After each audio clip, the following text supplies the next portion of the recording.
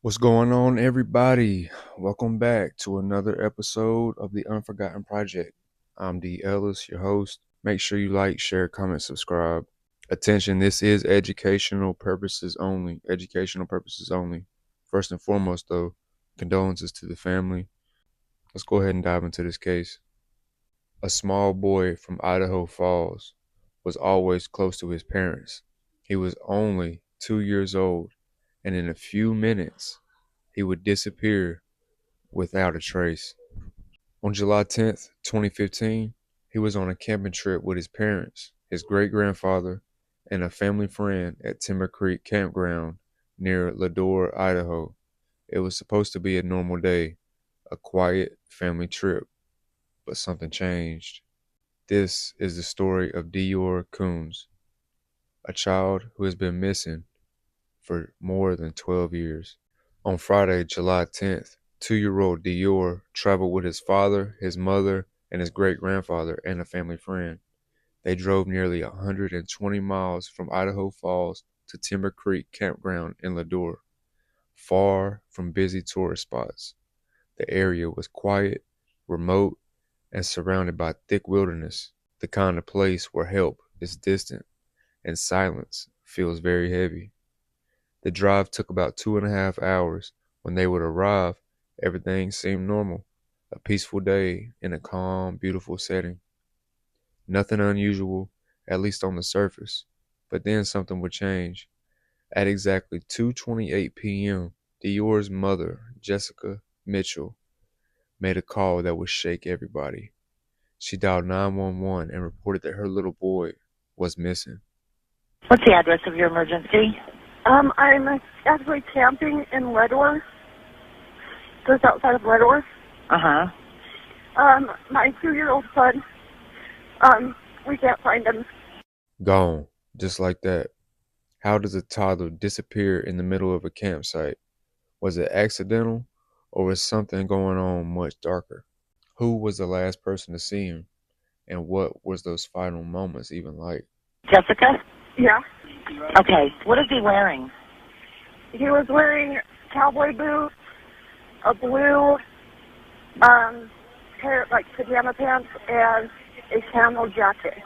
Search crews rushed to the area almost immediately, scanning the forest and checking every possible corner. But the more they searched, the more questions would appear. There were no clear answers, just a growing sense that something wasn't right. The next morning came with hope, but also with growing fear, because when a child is missing overnight in the wilderness, every second starts to matter even more. On Saturday, July 11th, the search became bigger, faster, and more serious. Teams were spread out in every direction, using horses, ATVs, and their own feet to cover as much land as possible. Some searched on land, while others checked the waterways nearby. The focus was tight, and a 2.5 mile radius around the campground. Every inch of that area became very important. But here's the question that stayed in everyone's mind. If Deorr was really there, how could he not be found? Searchers called his name again and again and again. They looked under brushes, behind rocks, through the thick trees. They moved carefully, hoping to find even the smallest clue, but the silence of the forest gave nothing back. Then, one spot started to worry everybody, a small creek just 15 yards away from the campsite.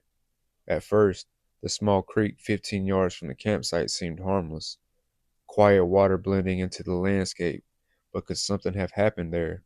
Could a 2-year-old have wandered this far? Search teams didn't take any chances. They searched that creek multiple times, checking the water, the edges, the surrounding ground. If anything had happened there, they were determined to find it. But nothing came up. No footprints, no clothing, no signs of a struggle, no answers. So what does this mean? If the creek wasn't the answer, then where was Deorr? Did he walk away on his own, or was someone hiding something? And how can such a large search covering land and water in every direction still find nothing at all?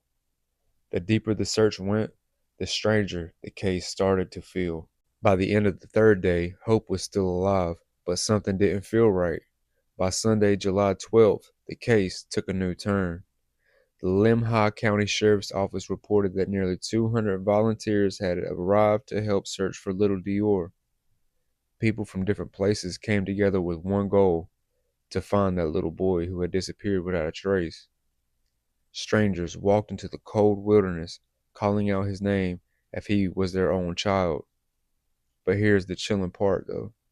Even with hundreds of people searching, nothing was found. Deorr's grandmother spoke to the news reporter, and her words were simple but deeply unsettling. She said it looked like the child had just vanished. Just vanished. How does a child disappear like that, in the middle of a campsite surrounded by people? No sound, no sign, no struggle, nothing. As the day went on, officials made a difficult decision. The volunteer search efforts were suspended. Too many people in one place can disturb important evidence. It can destroy the very clues that they are trying to find. But does this mean the search stopped? Absolutely not. Deputies confirmed that trained professionals would continue searching. Experts who knew how to read the land, track signs, and notice details others might miss. The search became quieter, more focused, and serious. If nearly 200 people couldn't find even one clue, then what were they missing? By the fourth day, the story began to change, and with it, the mystery only grew deeper. On Monday, July 13th, Deorr's parents gave their first and only interview, making the fourth day since he went missing. It was the first time the public heard directly from them about what happened on the quiet Friday afternoon. They described the moments before their son disappeared, the normal routine, the short time frame, the confusion. But then something shifted. They said they no longer believed Deorr was lost in Idaho. Instead, they shared a new and chilling thought. What if someone took him? How does a stranger enter a remote campsite, take a child, and leave without anybody noticing? No noise, no struggle, no trace. Is this shit even possible? With heavy voices, they made a public plea. They asked for their son to be returned safely. No questions. Just bring him back. That same evening, around 200 people gathered in Idaho Falls. They stood together in silence, holding candles that flickered in the dark.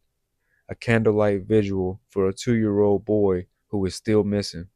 The air was quiet, but full of emotion, hope, and fear, and a question that no one could answer.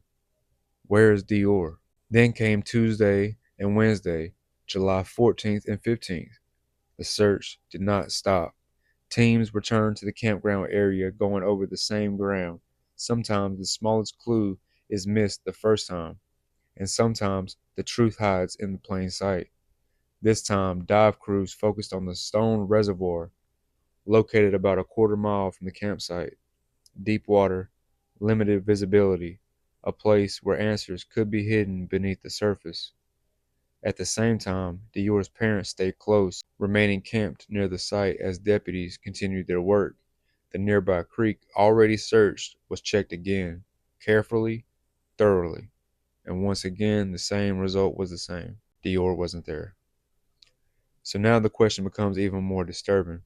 If he was not in the water, not in the forest, and not anywhere within miles of the campsite, where did he go? Was this really a case of a missing child getting lost, or was this something far more calculated happening behind the scenes? By the sixth day, the search was no longer just local. On Thursday, July 16th, the National Center for Missing and Exploited Children sent a representative to Leadore to assist, signaling national level involvement. Now experts experienced with missing children from across the country were involved. At the same time, Lynn D. Bowerman, the sheriff of Lehigh County, shared an update on Facebook. He clarified earlier statements about the search, trying to keep the public informed but also calm because the rumors were starting to spread. And then the spotlight grew even bigger. National media picked up on the story. Shows like the Nancy Grace Show began covering Deorr's disappearance. Now, millions of people were watching, but with more attention came more questions and more pressure to find the truth. Then came Friday, July 17th. The search became even more intense. The Bonneville County Sheriff's Office dive team joined the effort, focusing on the reservoir. This time, they didn't just rely on divers. They used a sonar robot to scan the dark, foggy water, places the human eye could not clearly see. What were they expecting to find? And why return to the same water again? At the same time, search crews on the horseback moved through the hills near the campground, higher ground, hard to reach areas, places a small child couldn't easily be hidden or lost. Still nothing. Then came a moment that made everything feel even heavier. On Saturday, July 18th, it was Deorr's father's birthday, but there was no celebrations. He spent the day camped just yards away from where his son disappeared. The same ground, the same silence, the same unanswered questions. As the days passed, one thought became harder to ignore. On the 19th of July, the case reached a point where hope and fear stood side by side. It had been 10 full days since Deorr Kunz Jr. was last seen. 10 days of searching, questioning, and waiting for even the smallest clue. By now, Timber Creek Campground was no longer just a campsite. It had become the center of a mystery, searched by dozens of people, dozens of times, covered by every path, tree, and small corner. So here's the question. If Deorr was there, how could he still not be found? Crews had also scoured the stone reservoir and the nearby creek. Divers had gone into the water. Sonar equipment had been scanned below the surface. The same areas were searched repeatedly, carefully, and professionally. But the result never changed. Nothing. Investigators stayed quiet, releasing very few details. Sometimes silence feels louder than the words. Was it because they lacked the answers, or because the answers were too complicated to share to the public? Meanwhile, Deorr's family remained desperate, waiting and hoping, asking the same painful question again and again. So now the mystery becomes even deeper. How does a child disappear without leaving a single trace behind?